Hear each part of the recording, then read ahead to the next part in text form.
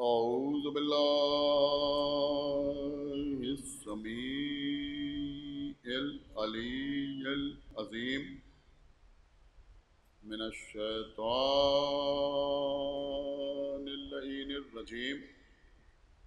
بسم الله الرحمن الرحيم. الحمد لله الذي هدانا لهذا وما كنا لنهتدي لولا أن هدانا الله. لقد جاءت رسل ربنا بالحق والصلاة والسلام على صاحب الدين والإسلام والحل والحرام والركن والمقام والصلاة والصيام والسجود والقيام والشريعة والأحكام والحجة والبرهان والمحبة والعرفان والحق والبيان والكتاب والقرآن سيدنا ونبينا وشفيعنا ومولانا ومولى الثقلين جد الحسن والحسين أبي القاسم محمد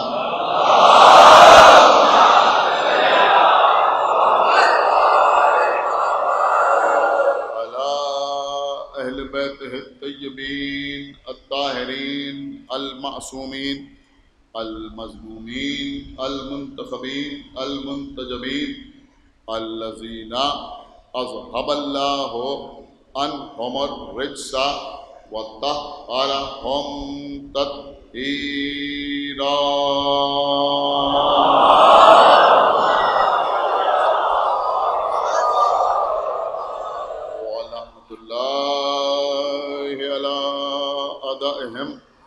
وقتلتهم وغاصبي حقوقهم ومنكري فضائلهم ومصائبهم أجمعين من الآن إلى يوم الدين. اللهم عذبهم عذابا يستغيث منه أهل النار. آمين رب العالمين. أما بعد فقد قال الله سبحانه تبارك وتعالى في كتابه المجيد وفرقانه الحميد وقوله الحق. بسم الله الرحمن الرحيم. يوم ندعو كل أناس بإمامهم. صلوات الله.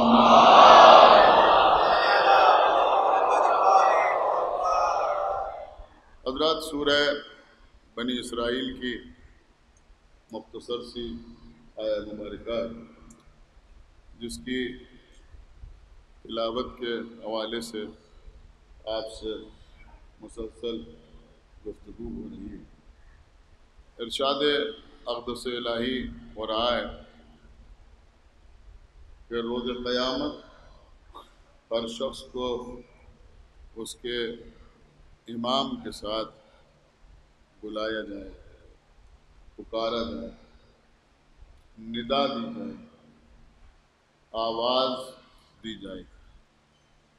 کل کی مجلس میں نے آپ کی خدمت میں یہ عرض کیا تھا کہ شیخ مفید علیہ الرحمہ نے یہ تحریر فرمایا ہے کہ اگر کوئی ایسا شخص جو ہمارے 11 اماموں کی امامت کا قائل نہ ہو اور وہ ہم سے ہمارے آخری امام کے سلسلے میں بحث کرے اور ہم سے سوال و جواب کرنا چاہے، دلائل طلب کرے، ثبوت مانگے، تو ہم اس سے یہی کہیں گے کہ پہلے ہم سے غدیر پر گفتگو کرو.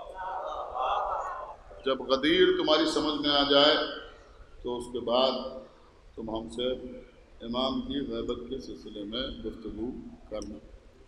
عزیزوں، کل کی مجلس میں نے آپ کے سامنے اختصار کے ساتھ کچھ باتیں غدیر کے سلسلے میں عرض کی تھی۔ دیکھیے قبلہ غدیر کا مسئلہ یہ ہے کہ کبھی کبھی ہم خوش ہو جاتے ہیں اس بات پر کہ دوسرے بھی غدیر کا واقعہ بیان کر رہے ہیں۔ ظاہر سی بات ہے کہ اتنا بڑا ایونٹ ہے، اتنا بڑا واقعہ ہے، 1.25 لاکھ حاجیوں کا مجمع تھا، دن کا وقت تھا، کجاووں کا منبر تھا، رسول نے مولا علی کو ہاتھوں کو اٹھایا اور دکھایا اور فرمایا کہ من کن تو مولا ہو فہذا علی جن مولا۔ تو اب اس واقعے کا انکار تو کسی شخص کے بس میں نہیں ہے کہ یہ کہے کہ یہ واقعہ ہوا ہی نہیں۔ یہاں پر اتنے کم لوگوں میں مجلس منعقد ہو رہی ہے، لیکن اگر کوئی کل یہ کہے کہ آغا باقر کے امام باڑے میں مجلس نہیں ہوئی تو بہت سے لوگ کھڑے ہو کے گواہی دیں گے کہ نہیں، امام باڑے میں مجلس ہوئی۔ تو جہاں اتنے لوگ ہیں وہاں کوئی انکار نہیں کر سکتا، تو جہاں 1.25 لاکھ حاجی ہوں وہاں انکار کی تو کوئی صورت ہی نہیں ہے کہ کوئی کہے کہ غدیر کا واقعہ نہیں۔ اسی لیے اکثر خانخواہوں سے بھی غدیر کے تذکرے کی آوازیں آتی ہیں، لوگ جھوم جھوم کے کہتے ہیں من کنت مولا ہو فہذا علی جن مولا۔ ایک صلوات پڑھیں محمد۔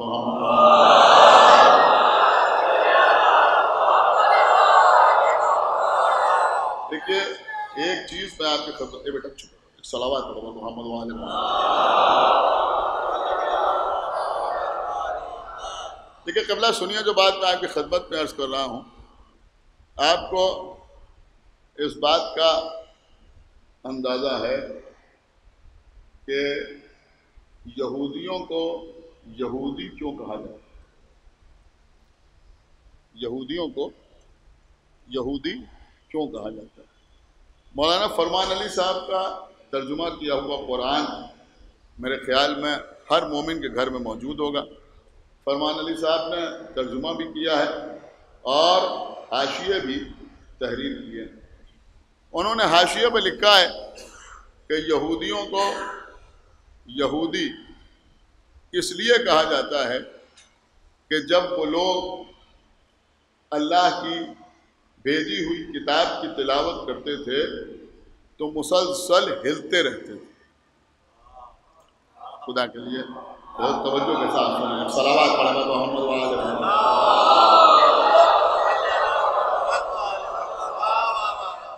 قبلہ ہلتے رہتے تھے، مسلسل ہلتے رہتے تھے۔ آپ اگر یوٹیوب پر سرچ کریں جیوس کے بارے میں تو ان کی کوئی عبادت ہلے بغیر پوری نہیں ہوتی، مسلسل حرکت کرتے رہتے ہیں، ہلتے رہتے ہیں۔ آپ اپنی طرف دیکھیں، ہلتے رہتے ہیں، حرکت کرتے رہتے ہیں۔ یہودی ہلتے رہتے ہیں، عبادت کر رہے ہیں ہل رہے ہیں، کچھ پڑھ رہے ہیں ہل رہے ہیں، دیوار گریا کے قریب ہیں ہل رہے ہیں۔ اس کا مطلب یہ ہوا کہ ان کی ہر عبادت جھوم جھوم کے ہوتی ہے۔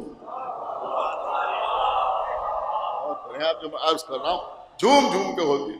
عزیزو ہم کبھی نہ کہتے، اگر لوگ ہماری عزاداری پر اعتراض نہ کرتے، ہماری عزا پر، ہمارے ماتم پر، ہماری مجلس پر، آپ غور کر رہے ہیں لوگ اعتراض کرتے ہیں اور اکثر ہم کو یہودیوں سے نسبت دیتے ہیں اور پھر یہ بھی کہتے ہیں کہ یہ لوگ عبداللہ ابن سبا کی پیداوار ہیں اور عبداللہ ابن سبا یہودی تھا، تو لوگ ہم کو یہودی ثابت کرنا چاہتے ہیں۔ اب یہ مجمع ہمیں بتائے کہ جب ہمیں 1400 سال سے لوگ یہ کہہ کے چڑھا رہے ہیں کہ تم یہودیوں کی سازش کا نتیجہ ہو، تو ہم کو بھی جواب دینے کا اختیار ہے یا نہیں ہے؟ کیا سنیں، ہمیں بھی جواب دینے کا اختیار ہے یا نہیں ہے؟ تو بھئی یہودیوں کا معاملہ ہی یہی تھا کہ جب بھی ذکر کرتے تھے مسلسل ہلتے رہتے تھے۔ اب وہ اثرات مسلمانوں کے کس فرقے میں ہیں اگر دیکھنا چاہتے ہو تو دیکھو، قرآن سے قوالی تک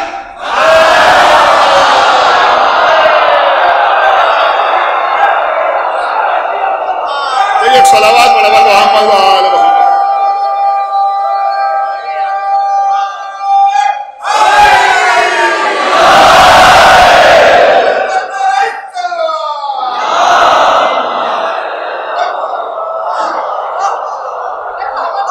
ایک صلوات اور پڑھے محمد و آل محمد۔ دیکھیے عزیزوں، یہ خالی مناظرے کا جملہ نہیں ہے، اس پہ کچھ آپ کے لیے اشارہ بھی ہے۔ ایک صلوات پڑھے محمد و آل محمد۔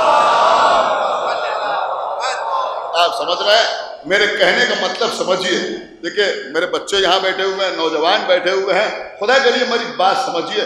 دیکھیں یہ ہمارے عزا خانے ہیں، یہ ہمارے امام باڑے ہیں، یہ روزے جو ہیں یہ ائمہ کے روزوں کی شبیہ ہیں۔ بہت توجہ آپ حضرات، ہاں بیٹھیے بیٹھیے، صلوات پڑھے محمد۔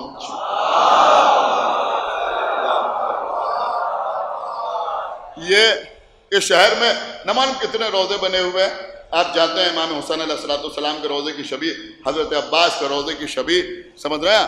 آپ جائیے، بوسہ دیجئے، ماتم کیجئے، مجلس کیجئے، ذکر کیجئے۔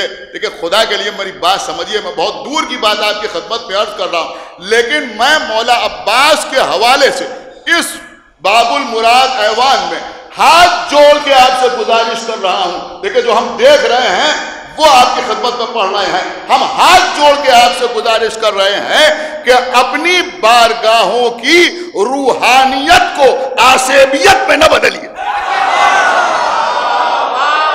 ایک صلوات پڑھے محمد وآلہ۔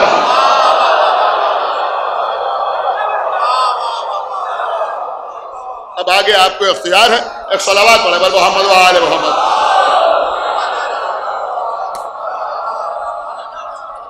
اور ایک اور بہت دور کا جملہ میں آپ کی خدمت میں عرض کر دوں کہ آپ پوری تاریخ دیکھ ڈالیے، اہل بیت اطہار سے منسوب کوئی جگہ ایسی نہیں ہے جس کا انتظام شیعوں کے ہاتھ میں رہا ہو اور وہاں کبھی یہ حالات رہے ہو۔ ایک صلوات پڑھے محمد وآلہ محمد۔ اب آپ سوچئے کہ میری باتوں میں کہ میں نے کیا آپ کی خدمت میں عرض کر دیا۔ ایک صلوات پڑھے محمد وآلہ محمد۔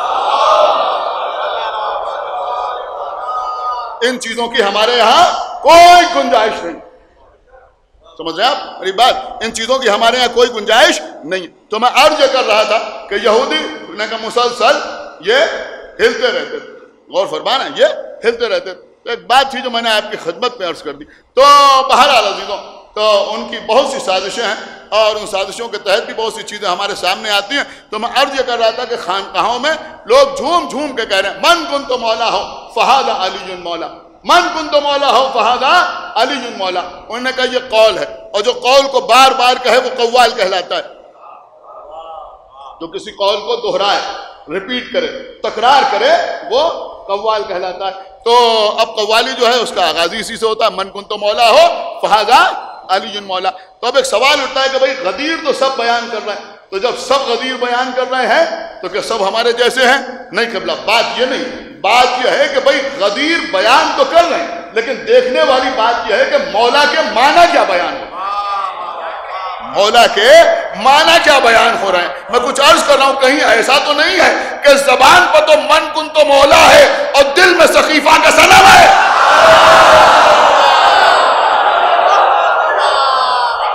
صلوات پڑھے محمد وآلہ۔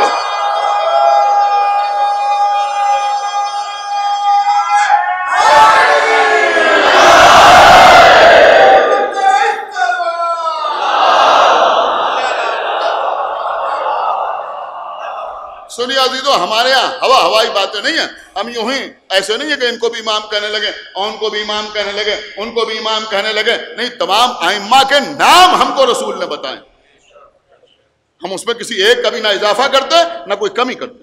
جن کو نبی نے امام کہا ان کو ہم امام مانتے ہیں، اور کسی کو ایسے ہی امام نہیں مانتے۔ رسول اللہ نے ایک بار نہیں پہچانوایا، بار بار پہچانوایا۔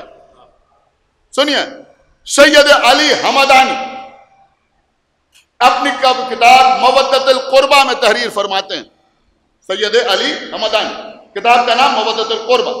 سنیے، اس میں کہتے ہیں کہ جب رسول کا آخری وقت آئے، دیکھیں روایت ان کی ہے، اس کے لفظ اور حرف کے ہم ذمہ دار نہیں، وہ کہتے ہیں کہ جب رسول اللہ کا آخری وقت آیا تو پیغمبر نے عباس ابن عبد المطلب کو بلایا۔ یہ عباس کون؟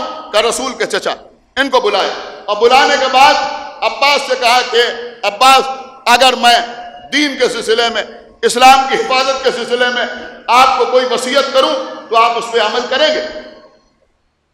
تو انہوں نے ہاتھ جوڑ لی، اور یہ کہا کہ میری ہڈیاں بوسیدہ ہو گئی ہیں، میری کمر خمیدہ ہو گئی ہے، میں بوڑھا ہو گیا ہوں، میں آپ کی کسی وصیت پر عمل نہیں کر سکتا۔ تب انہوں نے مولا علی کو بلایا، رسول اللہ نے مولا علی کو بلایا، علی آئے، کہا یا علی اگر میں آپ کو کوئی وصیت کروں تو آپ اس پر عمل کریں گے؟ دیکھیں ایک جملہ یہاں پر ہے، بڑا اہم جملہ ہے، اور اس وقت کیونکہ کثرت سے نوجوان میرے سامنے بیٹھے ہوئے ہیں، لہذا میں پیغام کی صورت میں ایک بات آپ کی خدمت میں پیش کر رہا ہوں۔ خدا کے لیے اتنا زیادہ عقل مند نہ بن جائیے کہ اگر خدا نخواستہ کسی کا باپ پڑ جائے اور کوئی تعزیت کے لیے آئے تو آپ ایسی باتیں کریں کہ تعزیت کے لیے آنے والے کو اس بات کا افسوس ہو کہ ہم کیوں آ گئے۔ آپ میری بات سمجھ رہے ہیں یا نہیں سمجھ رہے؟ صلوات پڑھے محمد وآل محمد۔ اب تو اولڈ ایج تھی، کافی دن سے آن بیڈ تھے، اب تو سمجھیے ان کی مشکل آسان ہو گئی۔ ایک صلوات پڑھے محمد وآل محمد۔ بھائی جو تعزیت کے لیے آ رہا ہے وہ بیچارہ افسوس ظاہر کرنا چاہ رہا ہے، وہ آپ ایسی حرکتیں کر رہے ہیں کہ اس کو افسوس ہو رہا ہے کہ صاحب ہم یہاں آئے کیوں، سمجھ رہے ہیں؟ یا بیٹا باپ کا شانہ ہلا ہلا کے کہہ رہا ہے کہ ابا وصیت کر دیجئے جائیداد کے بارے میں، کچھ غور نہیں کر رہے ہیں آپ۔ یہاں رسول اللہ نے مولا علی سے کہا یا علی کہ آپ ہماری وصیت کریں گے؟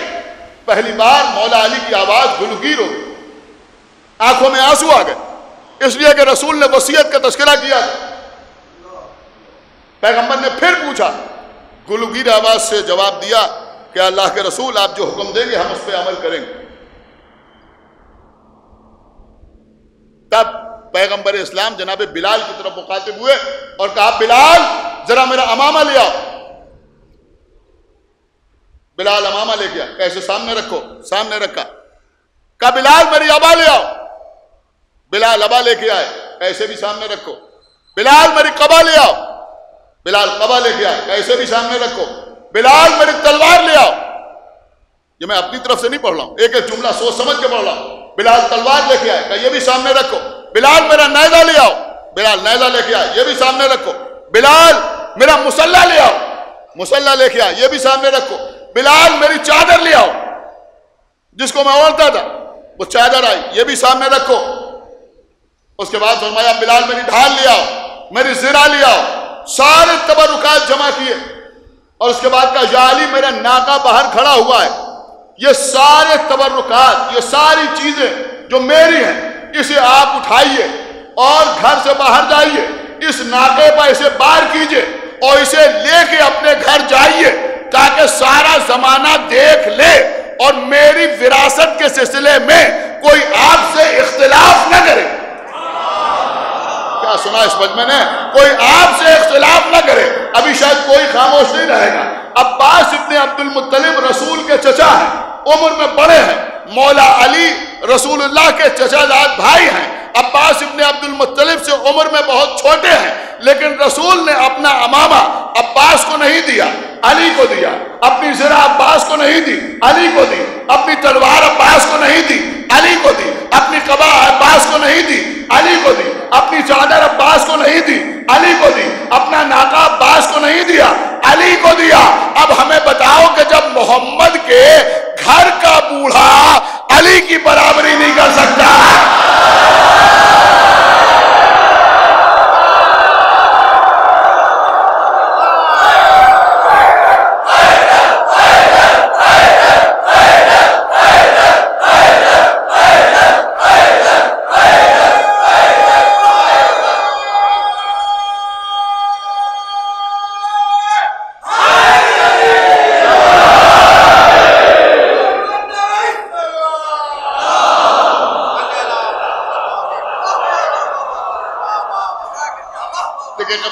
جب ذاکر ممبر میں آتا ہے تو کبھی لوگ فرمائش کرتے ہیں یہ پڑھ دیجیے گا، یہ پڑھ دیجیے گا۔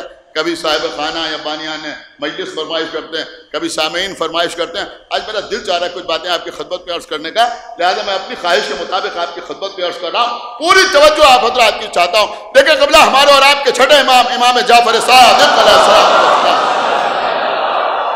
زیادہ دیر آپ کو زحمت نہیں دینا، ہمارے اور آپ کے چھٹے امام، امام جعفر صادق علیہ السلام۔ آج یہ نوجوان انشاءاللہ خوش ہو کے اٹھیں گے. بہت توجہ آپ حضرات کے چاہتا ہوں.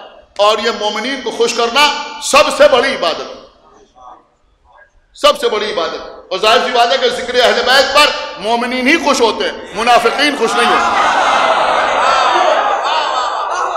منافقین خوش نہیں ہوتے, مومنین ہی خوش ہوتے ہیں, کوئی اور خوش نہیں ہوتے. منافقین تو طرح طرح کے سوال ہی کرتے رہتے. تو چھٹے امام کی خدمت میں ایک شخص آیا اور آنے کے بعد کہا کہ مولا یہ فرمائیں کہ اس وقت امام کون. کتاب کا نام مناقب آل ابی طالب, لکھنے والے علامہ ابن شہر شعب. آنے کے بعد کہا یہ بتائیے کہ امام اس وقت کون. تو آپ نے اپنے سینے کی طرف اشارہ کیا, ہم. کہا آپ امام ہیں, کہا ہم امام. کہ وہ زید ابن حسن تو کہہ رہے ہیں کہ وہ امام ہے. تو امام نے فرمایا ایک بار ان کے پاس جاؤ اور جا کے ان سے پوچھو کہ ان کے پاس رسول اللہ کے کچھ تبرکات ہیں. سنا ہی نہیں آپ نے. ان سے پوچھو جا کے کہ کیا ان کے پاس رسول اللہ کے کچھ تبرکات ہیں. دیکھیے آپ کا ذوق سماعت دیکھ کے جی چاہتا ہے کہ آپ کی خدمت میں عرض کروں کہ رسول اللہ کی آنکھ بند ہونے کے بعد فدق تو چھین لیا گیا, اور جب فدق چھینا گیا تو ہماری شہزادی سے کہا گیا کہ رسول نے فرمایا تھا کہ ہم گروہ انبیاء نہ کسی کے وارث ہوتے ہیں اور نہ کسی کو وارث بناتے ہیں, اور جو کچھ ہم چھوڑ کے جاتے ہیں جو ترکہ ہے وہ صدقہ ہوتا ہے, اس کا کوئی وارث نہیں ہوتا. اب ہم ایک سوال کرنا چاہتے ہیں کہ بھیا فدق تو تم نے چھین لیا اور یہ کہا کہ جو رسول چھوڑ کے جاتے ہیں اس کا کوئی وارث نہیں ہوتا. یہ بتاؤ رسول کا امامہ کس کے پاس ہے, رسول کی ابا کس کے پاس ہے, رسول کی قبا کس کے پاس ہے, رسول کی ذرا کس کے پاس ہے. اس کا وارث کون؟ یہی آپ کے چھٹے امام نے فرمایا جاؤ جا کے ان سے پوچھو کہ ان کے پاس رسول کے کچھ تبرکات ہیں. وہ شخص جناب زید ابن حسن کے پاس آیا اور آنے کے بعد کہا کہ یہ بتائیے کہ آپ امام ہیں. انہوں نے کہا ہم امام ہیں. کہا آپ کے پاس رسول کے کچھ تبرکات ہیں. کہ کیوں؟ کہا ہم وہ دیکھیں گے تبھی آپ کو امام مانیں گے. یہ شخص گھر کے اندر گیا اور اس کے بعد ایک امامہ اور ایک زرہ لے کے آیا اور کہنے لگا یہ رسول کی زرہ ہے اور یہ رسول کا امامہ ہے. جیسے آج کل لوگ منہ مبارک کی زیارت کراتے ہیں. ایک صلوات پڑھے محمد عالم, وہ بھی لے آئے. اس نے کہا یہ رسول کی زرہ ہے اور یہ رسول کا امامہ ہے. انہوں نے غور سے دیکھا, نہ تو ان کو وہ امامہ رسول کا امامہ نظر آیا اور نہ وہ زرہ رسول کی زرہ محسوس ہوئی. یہ شخص وہاں سے اٹھا اور امام جعفر صادق علیہ السلام کی خدمت میں آیا. دیکھیں سنیے, آج جو کچھ میں آپ کے سامنے فضائل پڑھ رہا ہوں وہ دل کھول کے سنیے, کان کھول کے نہیں, دل کھول کے. آنے کے بعد چھٹے امام سے کہا کہ وہاں گئے تو انہوں نے ایک امامہ دکھایا, ایک زرہ دکھائی, لیکن ہم کو ایسا محسوس نہیں ہوا کہ وہ امامہ رسول کا امامہ ہے اور وہ زرہ رسول کی زرہ ہے. کہا تو کیا چاہتا ہے؟ کہ ہم چاہتے ہیں کہ اگر آپ امام ہیں تو اب آپ دکھائیے رسول کی زرہ کیا ہے اور رسول کا امامہ کیا ہے. امام نے کہا ابھی میں تجھے دکھاتا ہوں. یہ سمجھا کہ ابھی امام بھی گھر کے اندر جائیں گے اور کسی صندوقچے سے رسول کی زرہ نکالیں گے, رسول کا امامہ نکالیں گے اور لے کے آئیں گے اور کہیں گے یہ رسول کی زرہ ہے, یہ رسول کا امامہ ہے. امام نے کہا تو دیکھنا چاہتا ہے؟ کہ ہاں میں دیکھنا چاہتا ہوں. دیکھیے آپ بھی میری طرف دیکھیے کہ ہاں میں دیکھنا چاہتا ہوں. ایک مرتبہ امام نے اپنی انگوٹھی کو, اپنی خاتم کو زمین پہ پٹکا. کیا سن رہا ہے یہ مجمع؟ اپنی انگوٹھی کو زمین پہ مارا. اب جیسے ہی اپنی انگوٹھی کو زمین پہ مارا, امام کی انگوٹھی سے رسول کی زرہ باہر آئی. کیا سن رہا ہے یہ مجمع؟ اور اسی انگوٹھی سے رسول کا امامہ باہر آیا. کہ دیکھ یہ ہے رسول کا امامہ اور یہ ہے رسول کی زرہ. اب انکار کی کوئی سیرت نہیں تھی, کوئی صورت نہیں تھی. اس کے بعد امام نے فرمایا کہ خالی میں نے تجھے امامہ اور زرہ دکھایا نہیں ہے, بلکہ دیکھ. یہ کہہ کہ امام نے امامہ اٹھایا اور اپنے سر پر رکھا. خدا کے لیے بیدار ہوئیے, اپنے سر پر رکھا. اس کو ایسا محسوس ہوا جیسے انہی کا امامہ ہے. اس کے بعد زرہ پہنی. اس سے دیکھا کہ جیسے محسوس ہو رہا ہے کہ زرہ انہی کے لیے بنائی گئی ہے. اس نے امامہ دیکھا, زرہ دیکھی. اب اس کے بعد ذرا امام کا جملہ سنیے اور جیسے جی چاہے ویسے سنیے گا. جی چاہے خاموش رہ کے سنیے, جی چاہے نعرہ لگا کے سنیے, جی چاہے داد دے کے سنیے. امام نے فرمایا دیکھا تو نے, یہ ہے رسول کا امامہ. اور یہ ہے رسول کی ذرا. اس کے بعد فرمایا یہ جو رسول کا امامہ ہے، یہ جو رسول کا امامہ ہے کہ یہ زمین سے اگنے والی کپاس سے بننے والے دھاگوں سے بنے ہوئے کپڑے کا نہیں ہے. نہیں عزیزوں، ایسے نہیں سنی جائے گی بھائی نے کہ یہ اس سے بنا ہوا نہیں ہے. کہ پھر یہ کیا ہے؟ کہ یہ خزانہ کن فیکون سے آیا ہے.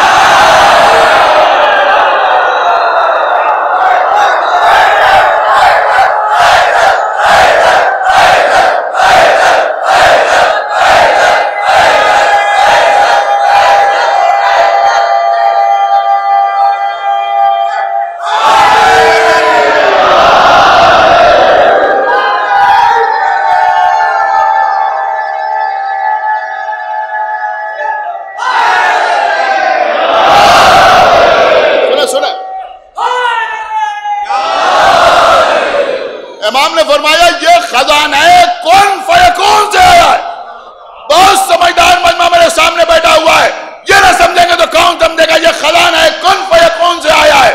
پڑھیے مولانا فرمان علی صاحب قرآن کے حاشیے پر تحریر کرتے ہیں کہ جناب موسیٰ نے پروردگار سے کہا پروردگار میری امت یہ پوچھتی ہے کہ تو اگر کسی کو رزق دیتا ہے تو اپنے خزانے سے دیتا ہے، مال دیتا ہے تو اپنے خزانے سے دیتا ہے، عزت دیتا ہے تو اپنے خزانے سے دیتا ہے، حکومت دیتا ہے تو اپنے خزانے سے دیتا ہے، جو کچھ تو عطا کرتا ہے وہ اپنے خزانے سے عطا کرتا ہے. پروردگار میری امت پوچھتی ہے تیرا خزانہ کہاں ہے؟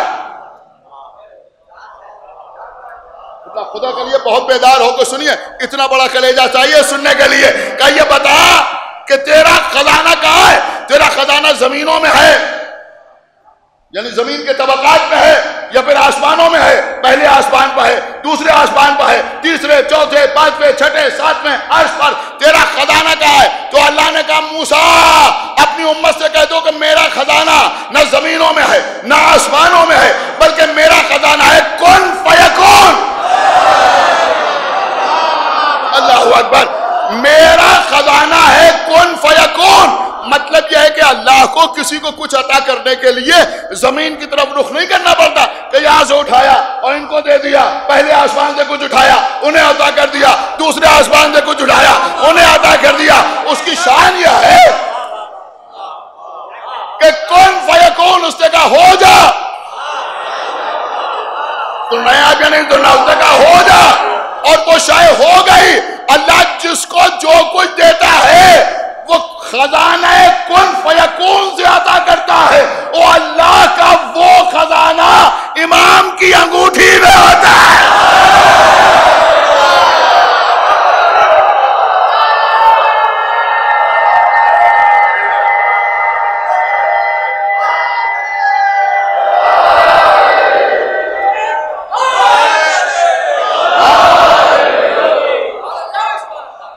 ایک صلوات اور پڑھیں محمد وآلہ محمد. دیکھیے قبلہ فضائل اہل بیت وہ ہیں کہ ان کی کوئی حد نہیں ہے، کوئی پریشان نہ ہوا کرے. کسی خطیب نے یہ بیان کیا، اب یہ سوچ کے نہ بیٹھ جائیے کہ اتنے بڑے خطیب نے پڑھا لہذا بس.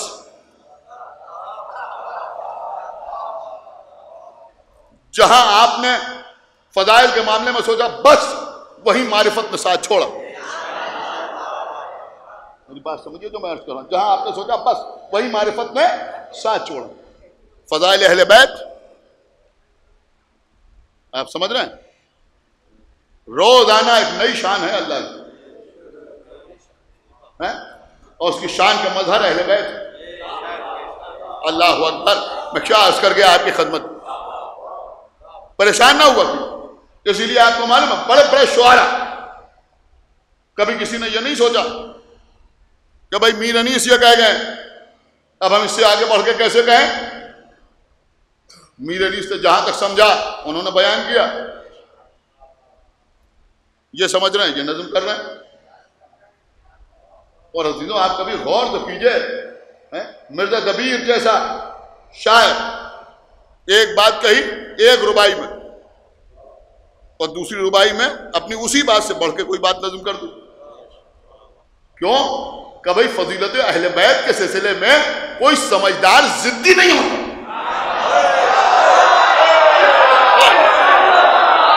صلوات محمد و آل محمد. ضدی نہیں ہوتا. بس بھائی ہم نے تو یہ کہہ دیا اور یہ ہماری سمجھ میں آ گیا لہذا بس نہیں، یہ نہیں، بلکہ فضائل اہل بیت ہیں، اس میں مسلسل انسان آگے بڑھتا رہتا ہے. یہ ساری باتیں میں کسی وجہ سے آپ کی خدمت میں عرض کر رہا ہوں کہ اگر کسی ذاکر نے، کسی خطیب نے، کسی عالم نے کوئی نقطہ پیش کیا تو اللہ اس کو اس کا اجر ضرور عطا کرے گا، اس سے کوئی انکار نہیں ہے.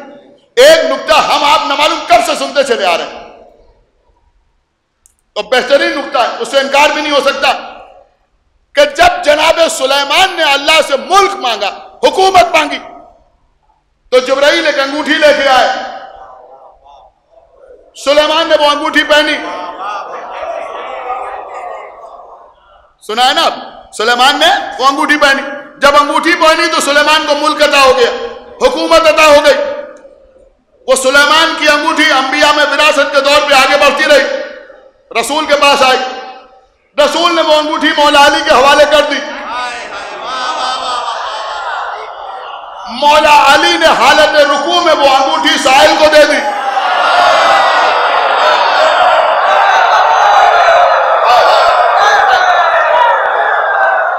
مولا علی نے وہ انگوٹھی سائل کو دے دی. اب ہمیں کیا معلوم کہ علی کی اس خیرات کا اسٹیٹس کیا ہے، لیکن اللہ نے بتایا انما ولیکم اللہ ورسولہ والذین آمنوا الذین یقیمون الصلاۃ ویؤتون الزکاۃ وہم راکعون. اللہ ولی ہے، اس کا رسول ولی ہے، اور وہ مومنین خاص ولی ہے کہ جو نمازوں کے قائم کرنے والے ہیں اور حالت رکوع میں زکوٰۃ دینے والے ہیں. زکوٰۃ جو ہے وہ 40 میں ایک. سنا نہیں آپ نے؟ صلوات پڑھے پر محمد و آل محمد.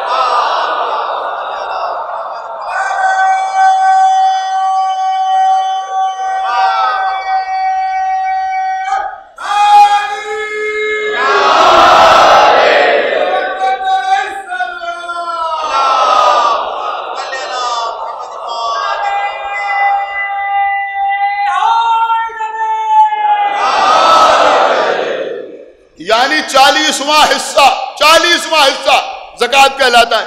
حالانکہ میں تھوڑی سی وضاحت بھی کر دوں کہ زکوٰۃ 40ویں حصے کو نہیں کہتے، اس کو سمجھیے.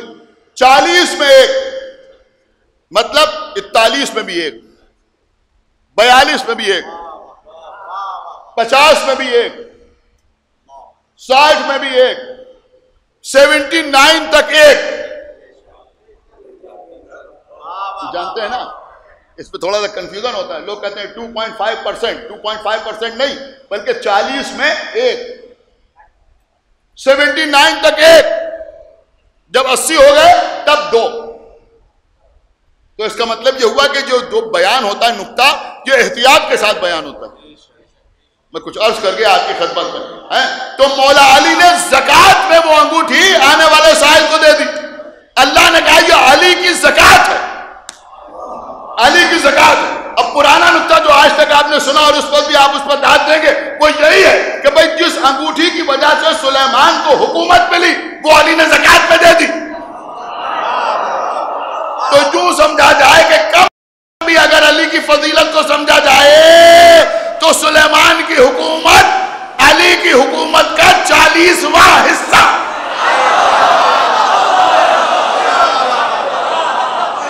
سن لیا آپ نے؟ یہ نقطہ تو آپ نے سنا ہوگا. اب اس وقت میری محنت کیا کہوں بلکہ مولا کیا تھا. سنیے جو میں عرض کر رہا ہوں. وہ سلیمان اور سلیمان کی حکومت وہ سب جانے دیجئے. موسیٰ پوچھ رہے ہیں اللہ کیا کہہ رہا ہے کہ میرا خزانہ ہے کن فیکون، اور چھٹے امام بتا رہے ہیں کہ اللہ کا وہ خزانہ میری انگوٹھی میں موجود ہے. اب نہ سمجھیں گے تو کب سمجھیں گے؟ اس کا مطلب یہ ہوا کہ علی کی انگوٹھی میں خزانہ کن فیکون موجود ہے. کیا سننا ہے آپ؟ خزانہ کن فیکون موجود ہے. علی نے فقیر کو سلیمان کی حکومت نہیں عطا کی، خزانہ کن فیکون عطا کی.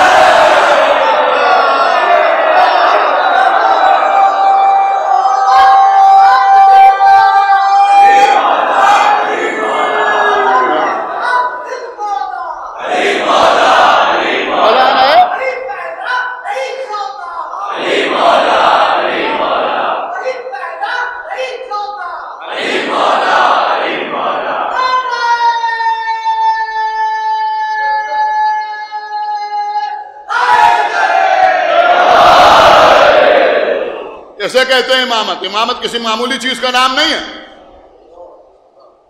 جب وہ انگوٹھی دی تو آیا ہے ولایت نازل ہوئی. اسے کہتے ہیں ولایت, اسے کہتے ہیں امامت. بس خدا آپ کو سلامت رکھے. یا ایام ازاں ہیں. دیکھیے میں ایک اپیل ضرور کروں گا. مجلسوں میں کثیر تعداد میں آنے پر پابندی ہے, لیکن خدا کے لیے عزا میں کوئی کمی نہ کی. کوئی اس بات کو بہانہ بنا کر بخالت کا مظاہرہ نہ کرے. اپنی بات سمجھ رہے ہیں؟ ایک صلوات پڑھیں محمد وآلہ محمد.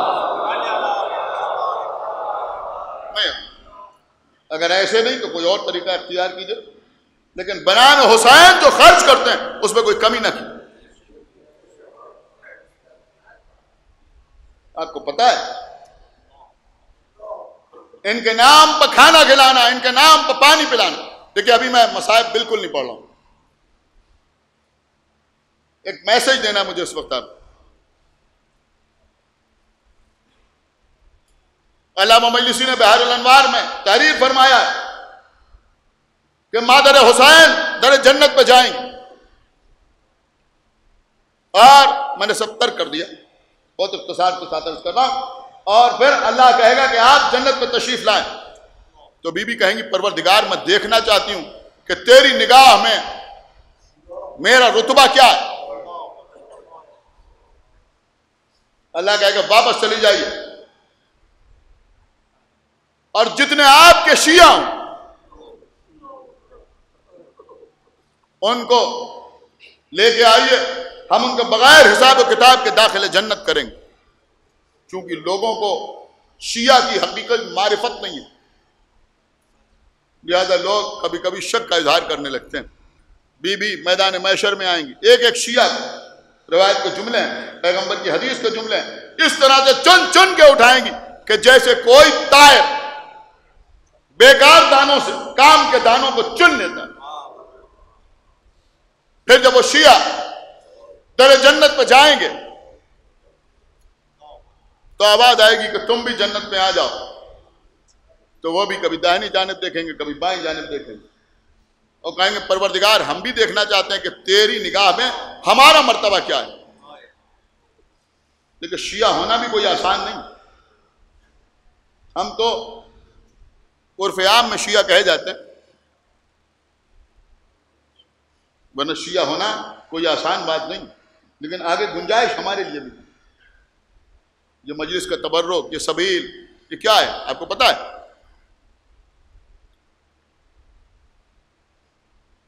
تو جواب قدرت آئے گا کہ تم بھی میدان محشر میں چلے جاؤ, اور اگر کسی نے بنام اہل بیت تمہیں کھانا کھلایا ہے تو اسے لے آؤ, کسی نے تمہیں پانی پلایا ہے تو اسے لے آؤ. یہاں تک تو آپ نے سن لیا. آپ دیدہ بھی ہیں, اور مصائب کی طرف جب لوگ مائل ہو جائیں تو اس کے بعد فضائل کی طرف پلٹنا یا کوئی اور بات کرنا یہ ظاہری کا نقص ہے.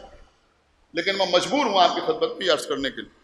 اس کے بعد تیسرا جملہ آپ سنیں گے, دیکھیں یہ آپ کے لیے. تیسرا جملہ یہ ہے کہ جس نے تمہیں کھانا کھلایا اسے لے آؤ, جس نے پانی پلایا اسے لے آؤ, اور جس نے کبھی تمہاری غیبت کو رد کیا اسے لے. دیکھیے تبرک بھی تقسیم کیجئے,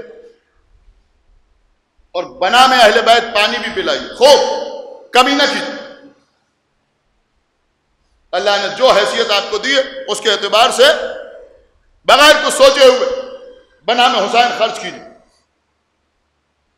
لیکن تیسرا حصہ بھی یاد رکھیے, کسی نے تمہاری غیبت کو رد کیا, کسی شیعہ کی غیبت کو رد کرنا, یہ بھی جنت پہ جانے کا ضامن. آپ نے کچھ غور فرمایا؟ دیکھیں قبلہ, یہ غیبت ایک ایسی بیماری ہے, مجھے آپ بالکل معاف کریں کہ اکثر لوگوں کو احساس ہی نہیں ہوتا وہ اس مرض میں گرفتار ہو. یعنی کبھی کبھی ایسا ہوتا ہے کہ سمٹمز ہی ظاہر نہیں ہوتے, لیکن میں آج کے حالات کی زبان میں آپ سے بات کر رہا ہوں کہ کبھی کبھی سمٹمز ہی ظاہر نہیں ہوتے. آپ کبھی ٹھنڈے دماغ سے میری بات کو غور کیجیے. میں نے کسی مجلس میں یہ بات عرض کی تھی کہ 4 آدمی کہیں بیٹھے ہوئے ہیں اور کسی کا ذکر چھڑا. میں نے کہا وہ شعر بہت اچھے کہتے ہیں. اب عزیزوں سننے والوں کے پیٹ میں درد ہونے لگا. میں نے کہا وہ مجلس بہت اچھی پڑھتے ہیں, وہ مجلس بہت زوردار کرتے ہیں, اپنی تبرک بہت اچھا بانٹتے ہیں, ان کے گھر میں شب داری بہت اچھی ہوتی ہے. آپ کو پتا ہے ری ایکشن کیا ہوتا ہے؟ دیکھیں مجلس ریکارڈ ہو رہی اور چھوٹی چھوٹی کلپس بنا کے بھی لوگ ڈالتے ہیں, لہذا میں عرض کر رہا ہوں ہوتا کیا ہے. میں کہا ہاں شعر تو اچھے کہتے ہیں مگر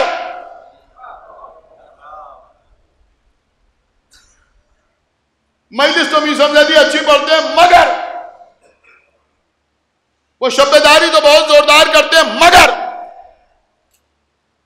مگر کہا اور غیبت کا گھڑیال باہر آ گیا. ایک صلوات پڑھ محمد وآلہ محمد. ایک صلوات اور پڑھ محمد وآلہ محمد. بھئی ایک صلوات اور پڑھ محمد وآلہ محمد. اور یہ غیبت لائیو بھی ہوتی ہے اور اب تو آن لائن بھی ہوتی ہے. سمجھ رہا؟ ایک صلوات پڑھ محمد وآلہ محمد. واٹس ایپ پر کمنٹ کر رہے ہیں, اس پہ غیبت برداشت نہیں ہو رہا, کسی طرح سے برداشت نہیں ہو رہی. کسی کی تعریف جو ہے وہ برداشت ہی نہیں. کسی کا ذکر کر کے آپ دیکھ لیجیے, آپ یقین مانیں عالم یہ ہو گیا ہے, عالم یہ ہو گیا, کیفیت یہ ہو گئی ہے کہ اگر آپ کسی کے بارے میں یہ کہہ دیجئے کہ صاحب وہ نماز شب کے پابند ہے تو آدمی کو یقین نہیں ہوتا. لیکن آپ کسی کے لیے کہہ دیجئے وہ شراب پیتے ہیں, دیکھا نہیں ہے مگر یقین آ جائے گا. میں غلط تو نہیں کہہ رہا. ایک صلوات پڑھ محمد وآلہ.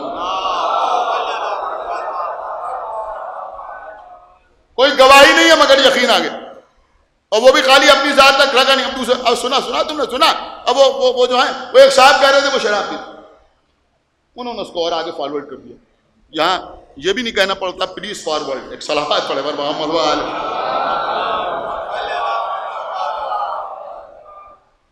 آپ مجھے بتائیے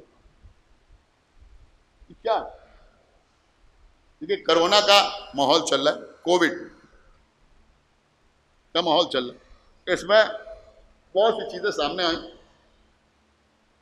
مثلا انہوں نے کہا بھائی آپ کو خود چیک کرنا ہے کہ آپ کو کووڈ ہے یا نہیں ہے, کرونا ہے یا نہیں ہے, تو کیا کیجئے. میں نے کہا بھائی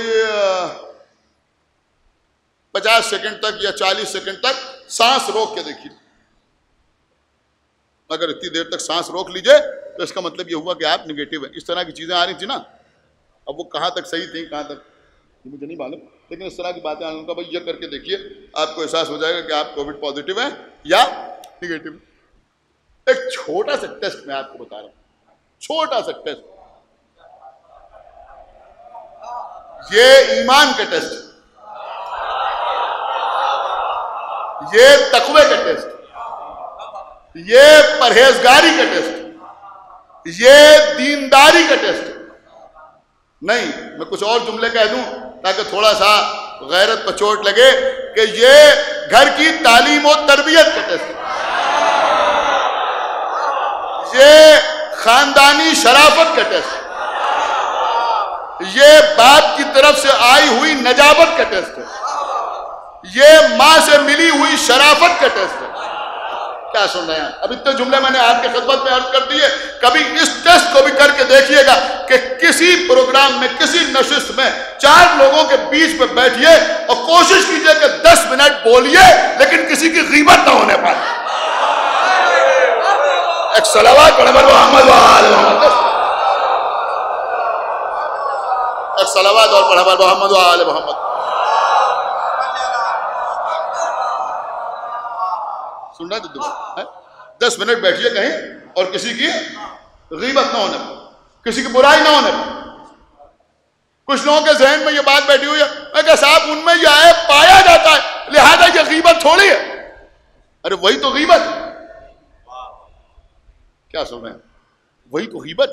کچھ چیزیں عجیب و غریب ہمارے یہاں رائج ہو گئی ہیں. میں کہا صاحب ہمیں غلط بات برداشت نہیں. کیا بک رہے ہیں؟ اس کا مطلب یہ ہوا کہ آپ کو برداشت ہی نہیں. میں کچھ عرض کر رہا ہوں، بات صحیح ہو تو وہاں برداشت کرنے کا کیا سوال ہے؟ نہیں بہت آسانی سے آپ نے سن لیا. اگر بات صحیح ہو تو وہاں برداشت کرنے کا کیا سوال ہے؟ برداشت تو غلط بات ہی کرنا پڑتی ہے. ایک صلوات اور پڑھا پر محمد وآل محمد. بھائی غلط ہی بات تو برداشت کرنا پڑتی ہے، صحیح بات ہے اس کو برداشت کرنا اور نہ برداشت کرنا کیا. تو لوگ سوچتے ہیں کہ صاحب ان میں یہ عیب پایا جاتا ہے لہذا یہ بیان کرنا غیبت نہیں. یہی غیبت ہے. کسی میں کوئی عیب پایا جاتا ہو اور آپ اس کو کسی اور کے سامنے بیان کریں، اسی کا نام غیبت ہے. اسی کا نام غیبت ہے.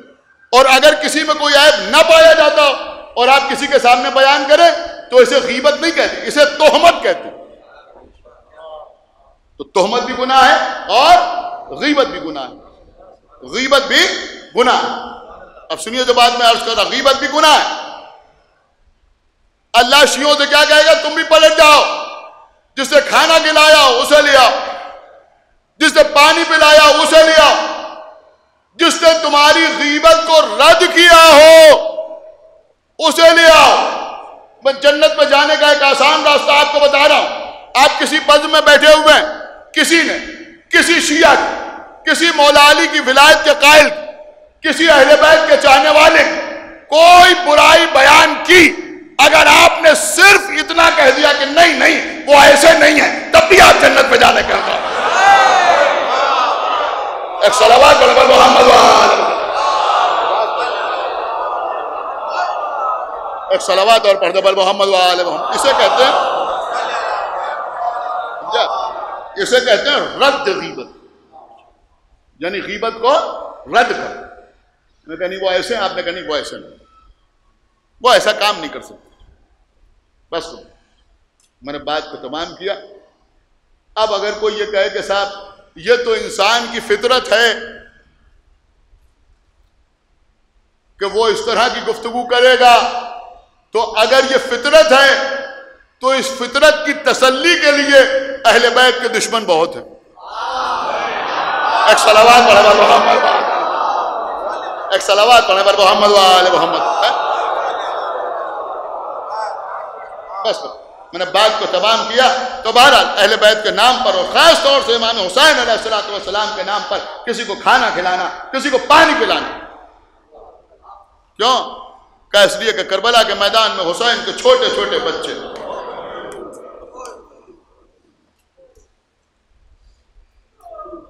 ہاتھوں میں خالی کودے لیے.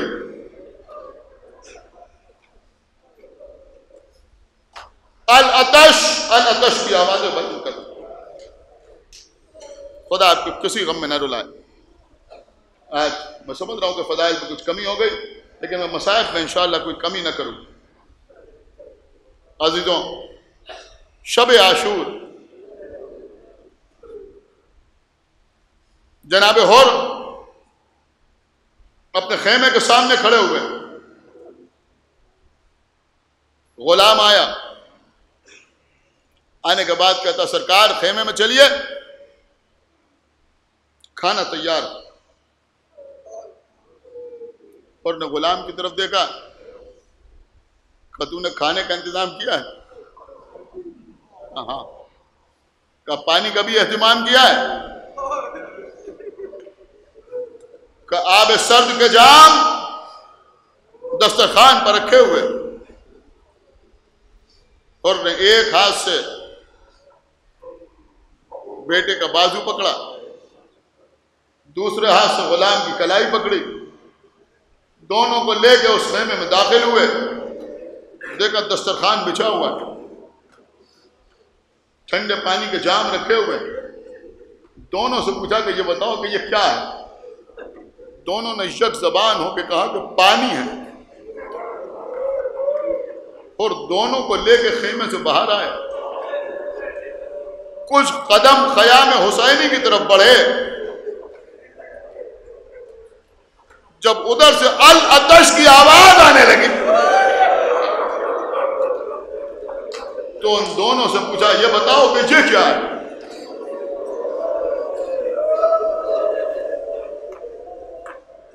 دونوں نے کہا حسین کو چھوٹے چھوٹے بچے پیاس سے تڑپ رہے ہیں۔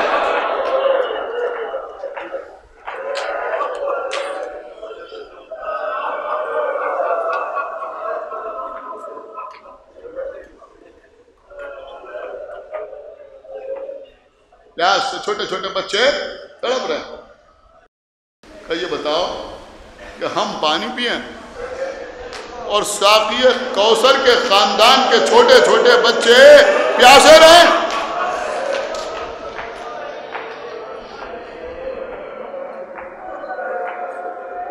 بیٹے نے کہا بابا آپ کہنا کیا چاہتے ہیں؟ کہا بیٹا میں ایک طرف جنت دیکھ رہا ہوں، ایک طرف جہنم دیکھ رہا ہوں، مجھے جہنم میں جانا گوارا نہیں، میں حسین کی جانب جانا چاہتا ہوں۔ بابا بسم اللہ چلیے۔ نہیں بیٹا ہم رات کو نہیں جائیں گے، جب صبح ہوگی تب ہم جائیں گے۔ کوئی یہ نہ کہے کہ اور رات کا فائدہ اٹھا کے چلا گیا۔ صبح ہوئی اور ہمارے ساتھ کے پاس آئے، آنے کے بعد کہا یہ بتا کہ کیا اب صلح کی کوئی صورت نہیں ہے؟ اس نے کہا نہیں اب صلح کی کوئی صورت نہیں، اب تو جنگ ہوگی اور ایسی جنگ ہوگی کہ زمانہ یاد کرے گا۔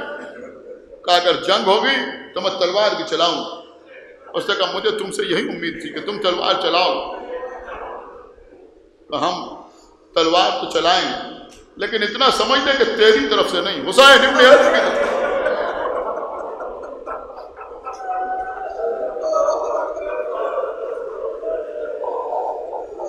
کیا تو ڈر گیا؟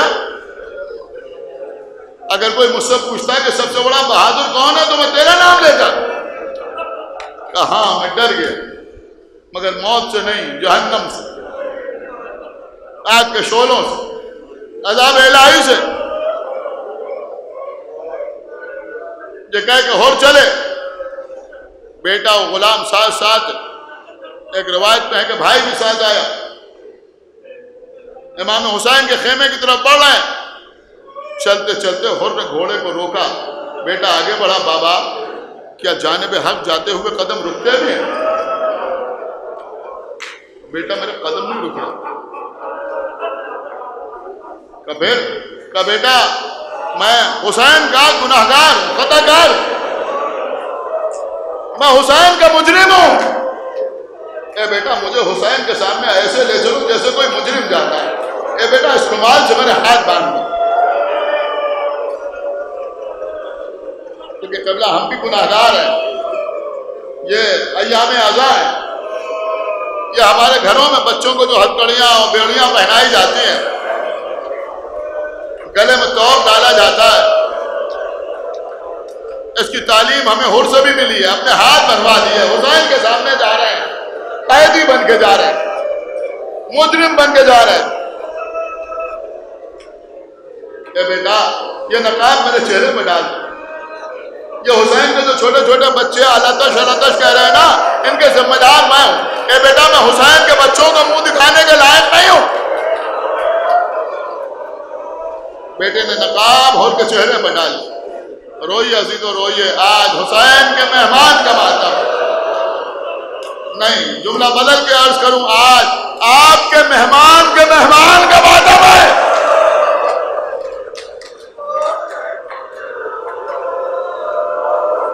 اس سے پہلے کہ آگے بڑھتے بیٹے نے کہا اللہ اکبر۔ اے بیٹا کیا ہوا؟ کہا بابا غضب ہو گیا۔ کیا ہوا؟ کہا عباس و علی اکبر ہمارے استقبال کے لیے آ رہے۔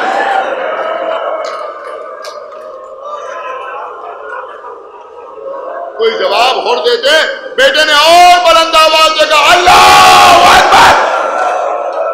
اے بیٹا اب کیا ہوا؟ ارے بابا قیامت ہو گئی، آقا حسین خود آ رہے۔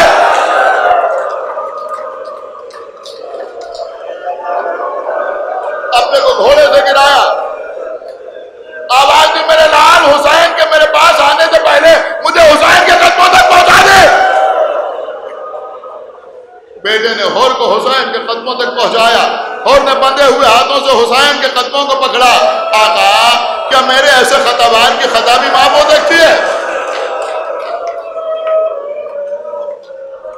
اٹھایا، ہاتھوں کو کھولا، سینے سے لگایا، تیری ماں نے تیرا کیا اچھا نام رکھا، تو دنیا میں بھی ہو رہا ہے اور آخرت میں بھی ہو رہا ہے، کوئی کمی انشاءاللہ مصائب میں آج نہیں ہوگی، آپ رونے کے لیے آئے ہیں۔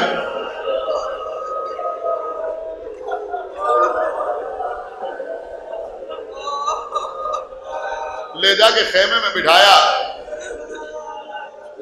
کچھ دیر اور سے گفتگو ہوئی، اب سنیں گے۔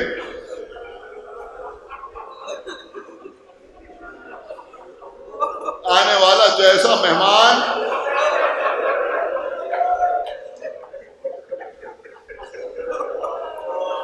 ویسا ہی میزبان۔ اگر آنے والے مہمان کو یہ خیال ہے کہ یہ حسین کے چھوٹے چھوٹے بچے میری وجہ سے التش کہہ رہے ہیں، تو اب حسین کو بھی اتنا خیال ہے کہ ایک مرتبہ اٹھے، اس خیمے میں پہنچے جہاں چھوٹے چھوٹے بچے ہاتھوں میں کوزے لیے ہوئے، آنکھوں میں حلقے پڑے ہوئے، رخسار نیلے ہو رہے ہیں، کلیجے کباب ہو رہے ہیں، بچے چیخ رہے ہیں آلہ دار آلہ دار، ہائے پیار ہائے پیار۔ ایک مرتبہ حسین بچوں کے درمیان آئے، بچوں ہم جانتے ہیں تمہیں 3 دن سے ایک قطرہ پانی کا نہیں ملا، لیکن بچوں دیکھو جب تک ہمارا مہمان اور ہمارے خیمے میں موجود ہے کوئی بچہ التش کی آواز بلند نہ کرے۔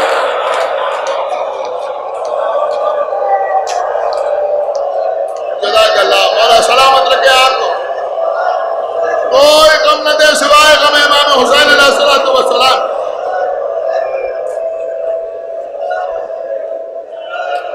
بچے خاموش ہوئے، کہا آؤ بچوں ہمارے ساتھ، سارے بچے آئے۔ دیکھیں قبل اکثر ایسا ہوتا ہے آپ کسی کے گھر مہمان گئے، اس کے چھوٹے چھوٹے بچے آئے، اس نے بچوں سے کہا چچا کو آداب کرو، چچا کو سلام کرو۔ چھوٹے چھوٹے بچے آپ کو سلام کرتے ہیں نا، آپ دعا دیتے ہیں بچوں زندہ رہو، سلامت رہو، ترقی کرو، پڑھو لکھو، خوش رہو، آباد رہو، ماں باپ کا سایہ تمہارے سروں میں برقرار رہے۔ ایک مرتبہ حسین ان سارے بچوں کو اس خیمے میں لے کے آئے جہاں حر موجود تھے، بچوں سے کہا آؤ ہمارے مہمان کو سلام۔ اللہ اکبر۔ اب عزیزوں حر نے دیکھا چھوٹے چھوٹے بچے، کملائے ہوئے چہرے، آنکھوں میں حلقے پڑے ہوئے، ابھی 2-4 بچے سلام کرتے ہوئے گزرے تھے، اور گھبرا کے کھڑے ہو گئے، آقا کتنا امتحان لیجیے گا، اب میدان میں جانے کی اجازت دے دیجیے۔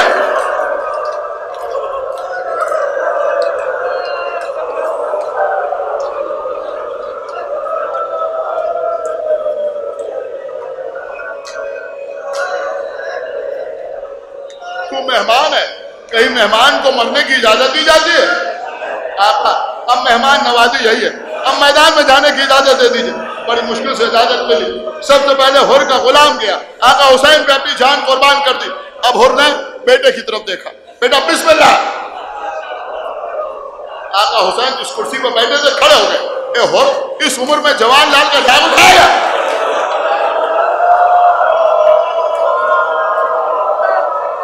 اس عمر میں جوان لال کا داغ اٹھائے گا؟ برداشت کر سکنا تو کر لینا۔ ایک مرتبہ حر کہتے ہیں آقا حسین مجھے اس بات کا بخوبی اندازہ ہے کہ کربلا میں کیا کیا ہونے والا ہے۔ اے آقا حسین آپ کو علی اکبر کا واسطہ،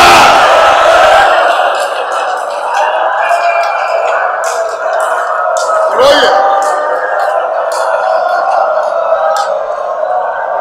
آقا آپ کو علی اکبر کا واسطہ میرے لال کو میدان میں جانے کی اجازت دیجیے۔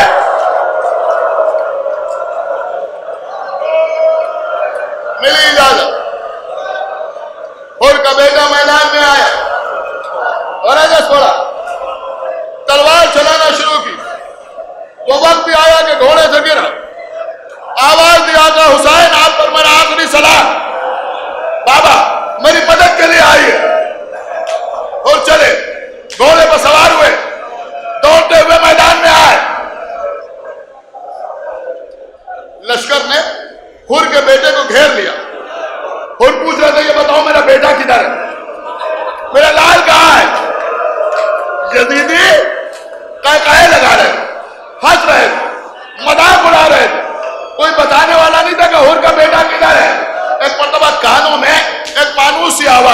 الیہ الیہ الیہ الیہ الیہ الیہ، ادھر آؤ ادھر آؤ ادھر آؤ. بس اور اسی آواز کے سہارے ڈھونڈتے ہوئے آگے بڑھے. آگے بڑھ کے کیا دیکھا؟ آقا حسین دو زانو بیٹھے ہوئے ہیں، ان کے بیٹے کا سر حسین کے زانو پر. ہاتھوں کو جوڑا. آقا آپ نے غلط کیا. ارے کوئی آقا غلام زادے کی میت میں آتا ہے، اے حر تو نے بھی تو قیامت کی. کوئی بوڑھا ماں جوان لال کا جنازہ اٹھانے آتا ہے.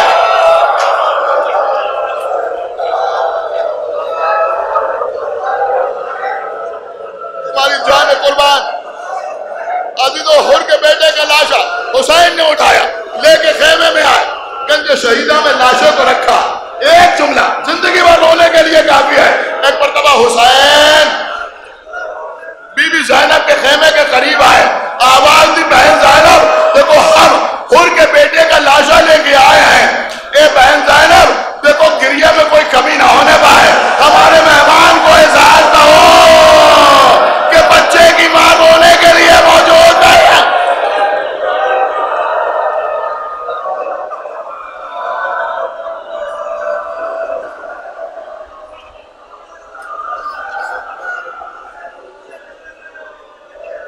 بس میں نے مجلس کو تمام کیا عزیزوں. پھر وہ وقت آیا کہ اور میدان میں آئے. بہادر، شجاع، فن سپاہگری میں ماہر، اور میدان میں آئے. رجس پڑا، تم نے نبی کے نواسے کو خط بھیج بھیج کے بلایا، اب ان پر پانی بند کر دیا. ان کے بچے پیاسے ہیں، ان سے لڑ رہے ہیں، ان کو قتل کرنے پہ آمادہ ہو. یہ کہہ کے تلوار نکالی. ایک ایک شخص مقابلے پہ آتا رہا، اسے قتل کرتے رہے. دو دو آئے، انہیں قتل کیا. پھر وہ وقت آیا کہ ایک ساتھ سب نے حملہ کیا. اب حر نے بھی تلوار نکالی، تلوار چلاتے ہوئے آگے بڑھ رہے ہیں. پرے کے پرے الٹ دیے، لاشوں کے انبار لگا دیے، لیکن خود بھی برابر زخمی ہوتے رہے. اور راوی کہتا ہے میں نے دیکھا کہ حر کا گھوڑا پوری طرح زخمی ہو چکا تھا. اس کے کان قطع ہو گئے، اس کی آنکھوں میں تیر لگ گئے، لیکن حر کا رہوار تھا، کسی طرح سے آگے بڑھتا رہا. پھر ایک موقع ایسا آیا کہ حر کے گھوڑے نے جواب دے دیا، زمین پر گر کے وہ گھوڑا بھی شہید ہو گیا. سنیے عزیزوں، یہ حر عجیب شہید ہیں. اب حر گھوڑے سے اترا، گھوڑے کو چھوڑ دیا. گھوڑا بھی درجہ شہادت میں فائد ہو چکا ہے. اب حر نے پیدل جنگ کرنا شروع کی. باپ یاد ہے کربلا کے میدان میں حر جنگ کر رہے ہیں. اپنی طرف سے نہیں پڑھ رہا ہوں، صاحب مالی سبتان نے لکھا ہے کہ پیدل جنگ کرتے ہوئے جناب حر نے 1250 یزیدیوں کو فاصلے جہنم کیا. جنگ کرتے ہوئے آگے بڑھ رہے ہیں. اب عزیزوں سامنے سے تیروں کی بوچھار ہونے لگی، لوگ دور سے پھینک پھینک کے نیزے مارنے لگے، کچھ لوگ حر پر پتھر برسانے لگے. عزیزوں لیکن حر جنگ کرتے ہوئے آگے بڑھ رہے ہیں. اب جسم کے ہر حصے سے خون بہ رہا ہے، لیکن حسین کی محبت میں آگے بڑھتے چلے جا رہا ہے.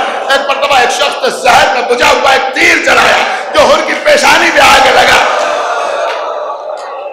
عزیزوں پیشانی میں تیر پیوست ہوا، حر زمین کی طرف چلے. آواز دی آقا حسین، اپنے مہمان کی خبر لیجیے. بیٹا علی اکبر آگے بڑھو، بھیا عباس آگے بڑھو. بنی ہاشم کے جوان آئے. حسین گھوڑے سے اترے، حر کے سرہانے بیٹھے، سر اٹھا کے زانو پر رکھا. ابھی کچھ سانسیں باقی تھیں. کہا حر کوئی آخری بات کہنا چاہتے ہو؟ کہا آقا، میرے آقا، میں صبح آپ کی خدمت میں حاضر ہوا ہوں. آقا کوئی ایسی نشانی دے دیجئے کہ کوئی مجھے جنت میں جانے سے روکنے نہ پائے. کہا حر کوئی اذیت تو نہیں ہے؟ کہ آقا پیشانی پر جو تیر لگا ہے اس کی وجہ سے جو خون ہے وہ رک نہیں رہا ہے.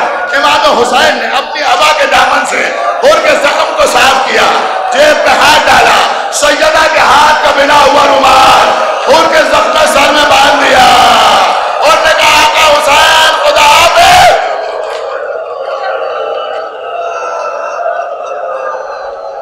جزاک اللہ، جزاک اللہ. کسی کا من اللہ سوائے غم امام حسین علیہ السلام کے. اور میں کہا حسین خدا حافظ. اور کی روح جنت کو پرواز کر گئی. میں ہاتھ جوڑوں گا، اے جناب غور آپ کے صدقے میں ہماری بھی خطائیں بخشوا دی جائے.